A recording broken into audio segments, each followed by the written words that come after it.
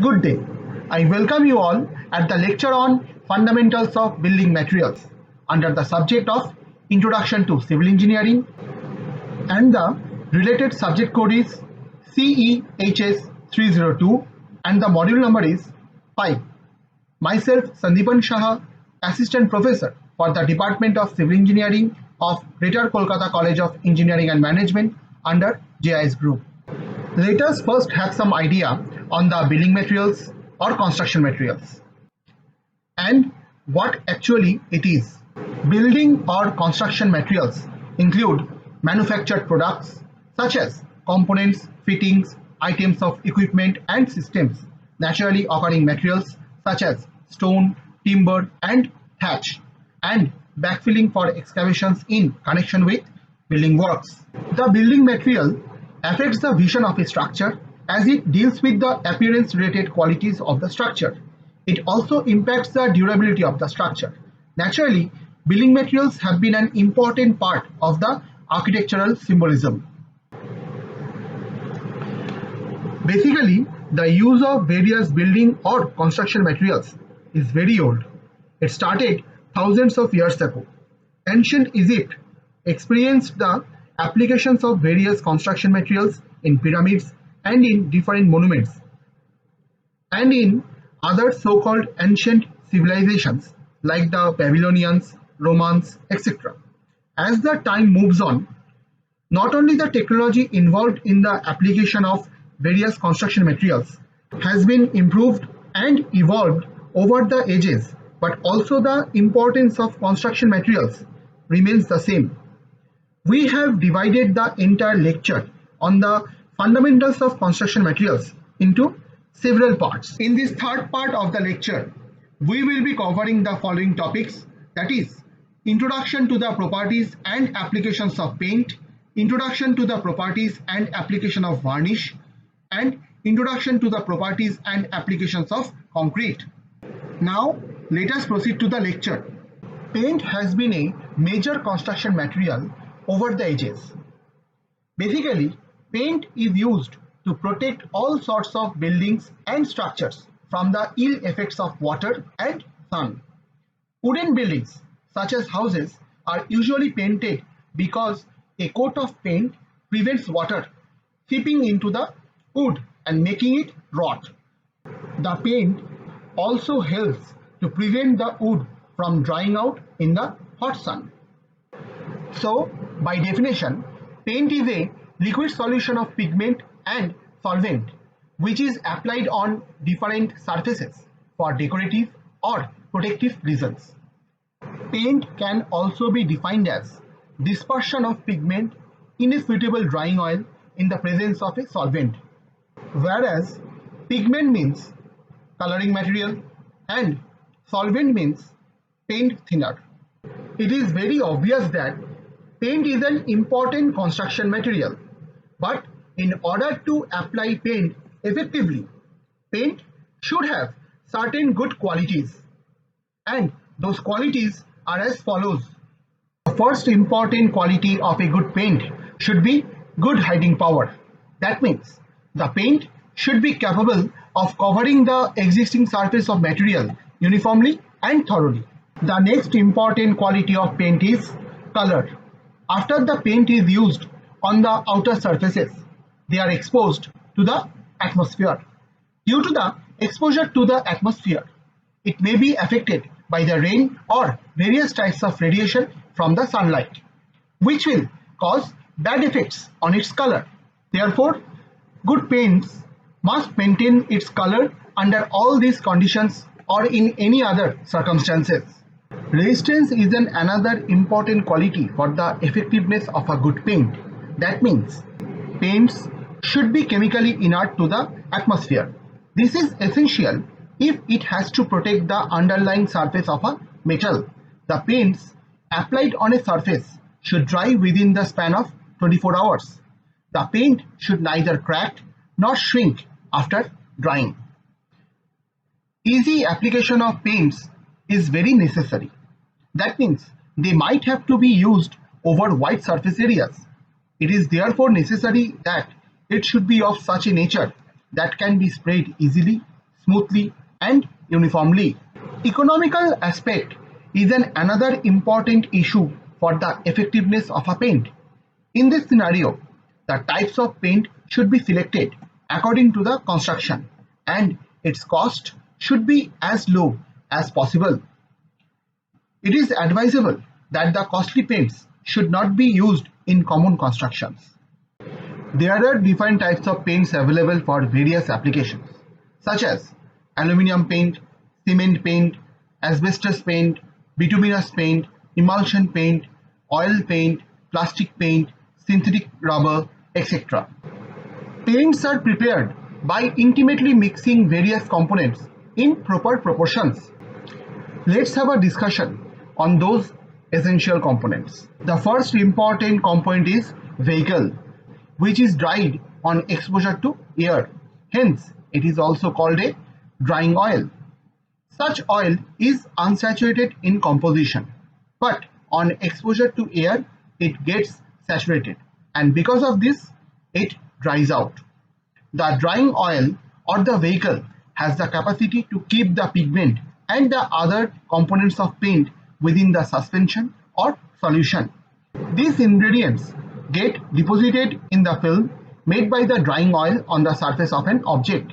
The most commonly used vehicle or drying oil is linseed oil, dehydrated castor oil, bleached oil, and fish oil. Dryers are those substances which are added to drying oils to accelerate the rate of drying. They act as catalyst in the oxidation process of the drying oils. The linolete, resonates, and naphthalene of metals like lead, magnesium, and vanadium are commonly used dryers. Base is another important component of the paint. Basically, base is a solid substance that forms the body of the paint. It consists of a very fine powder of a suitable material such as white lead, red lead, iron oxide, and titanium oxide, etc. The base material makes the paint film harder, stronger, elastic, and safe against cracking and moisture. It makes the paint stable against the ultraviolet rays as well. Pigment is another important component of the paint. Basically, pigment is a coloring material which is added to the previously mentioned components in order to impart a desired shade and color. Pigment is added in a finely powdered state.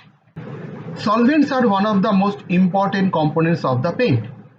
Solvents are also called paint thinner, as it reduces the viscosity of the paints to a great extent.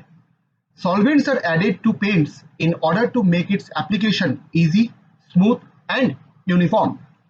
Petroleum, spirits, turpentine, and coal tar hydrocarbons are some of the commonly used solvents or paint thinner.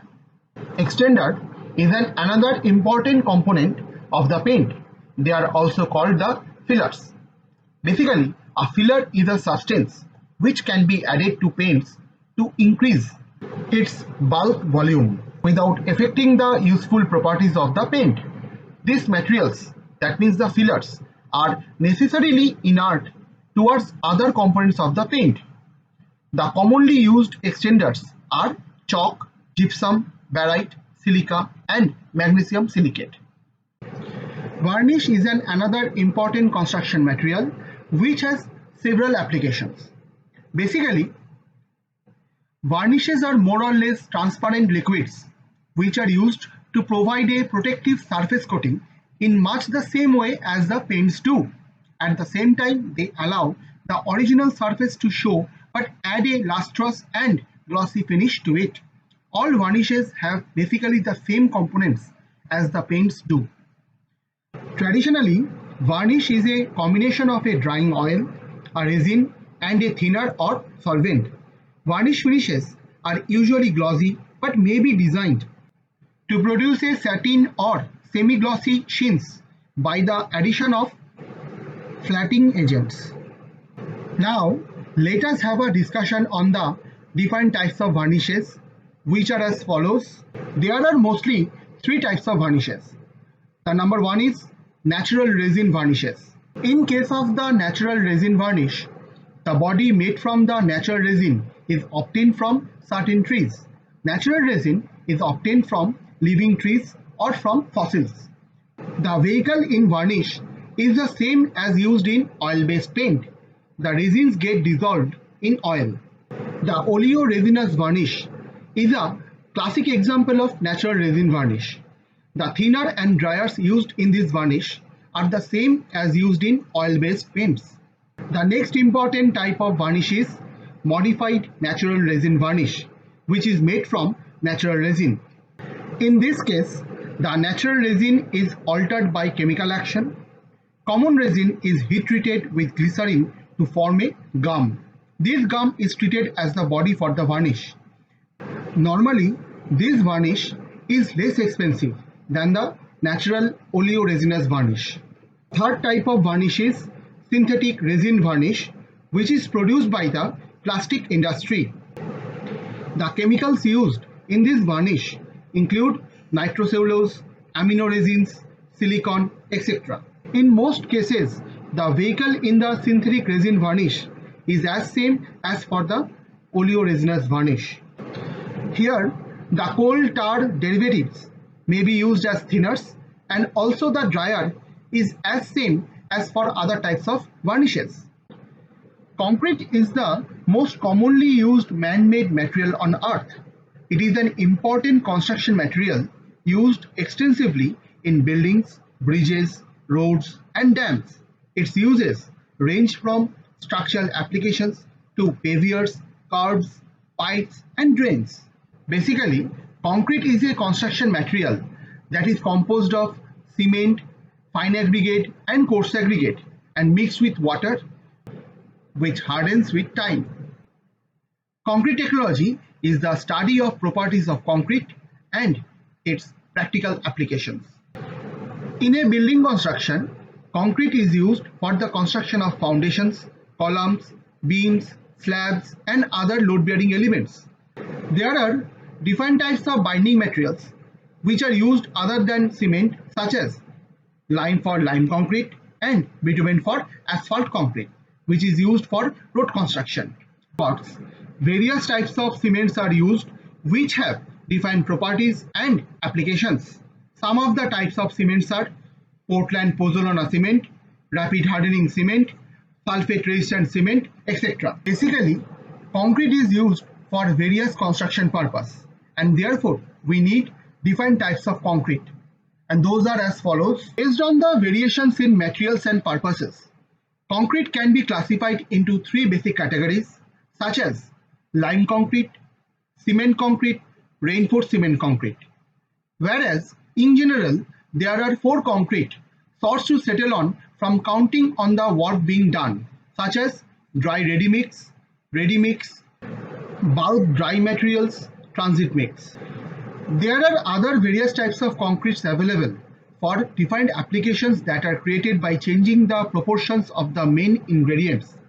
And those defined kinds of concretes are as follows: regular concrete, high strength concrete, stamped concrete, high performance concrete, self-consolidating concretes, vacuum concrete, shotcrete, roller compacted concrete, glass concrete, asphalt concrete, rapid strength concrete, polymer concrete, limecrete, light transmitting concrete, etc. Grade of concrete is defined as the minimum strength of concrete that must possess after 28 days of construction with proper quality control. Grade of concrete is denoted by prefixing M to the desired strength in MPa. That is, here you can see M5 or M7.5 or M10. This M means mix, and the 10 or 7.5 or 5 denotes the minimum compressive strength in MPa or Newton per millimeter square, which a concrete must possess after 28 days of casting of concrete.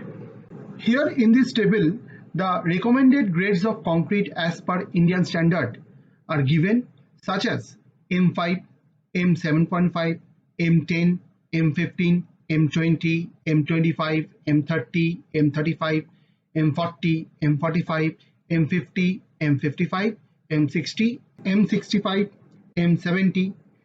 Whereas, particularly these grades of concrete, that means M50, M55, M60, M65 and M70 are considered as high strength concrete. And here you can see the respective minimum compressive strength that is to be achieved by the grades of concrete after 28 days of casting of concrete. That is M5 grade of concrete. The minimum compressive strength to be achieved after 28 days of casting, that is 5 MPa. For M25 grade of concrete, the minimum compressive strength to be achieved after 28 days of casting, that is 25 MPa. And so on. For this grade of concretes, the minimum compressive strength that is to be achieved after 28 days of casting. And those are as follows, such as for M50 grade of concrete, the minimum compressive strength that is to be achieved after 28 days of casting, that is 50 MPa. And if it is M65 grade of concrete, the minimum compressive strength that is to be achieved after 28 days of casting, that is 65 MPa. So this is the list of available concrete grades as per the Indian standards, and this is the list of minimum compressive strength for each grade of concrete that is to be achieved after 28 days of casting. From this table, we can also have the idea of recommended mixing ratio for each grade of concrete, whereas the mixing ratio or mix ratio means the mixing percentage of cement, sand and aggregates to develop a particular grade of concrete as per the Indian standards. So, for M5 grade of concrete, the recommended mixing ratio of cement, sand and aggregates is 1:5:10, and for M7.5 grade of concrete, the recommended mixing ratio is 1:4:8, and followed by the other grades of concretes. These are the recommended mixing ratios. Whereas from M30 grade of concrete onwards, a particular design mix for cement, sand and aggregate is recommended to develop a particular grade of concrete. Concrete has been a major construction material in the recent times. But not only that, it is also the most used man-made construction material, as its use gives mankind certain advantages. As concrete is fire resistant, it can resist extreme level of flames and heat, which is a good choice of the ceiling in a storage room. Concrete can be shaped in various forms when freshly mixed. Concrete isn't sensitive to moisture. Concrete does not release any volatile organic compounds into the air, which is environment friendly. Concrete gives a longer service life. It keeps home safe from insects. It does not attract insect, pest and rodents. That is why small animals cannot burrow through the concrete to make a home. Concrete has multiple design possibilities. Concrete can be used to achieve optimum environmental performance. As the concrete is recyclable, it is possible to use it for addition. High performance concrete is used to build bridges. Concrete is able to accommodate steel reinforcements in gates, tunnel lines, electrical controls, etc. A concrete floor can be stamped to create an attractive surface. It can admit natural light during the day and transmit artificial light after the work. Concrete is used in driveways and patios. So, from this discussion, it is clear that concrete is an important construction material and it can be applied for various construction works. Thank you.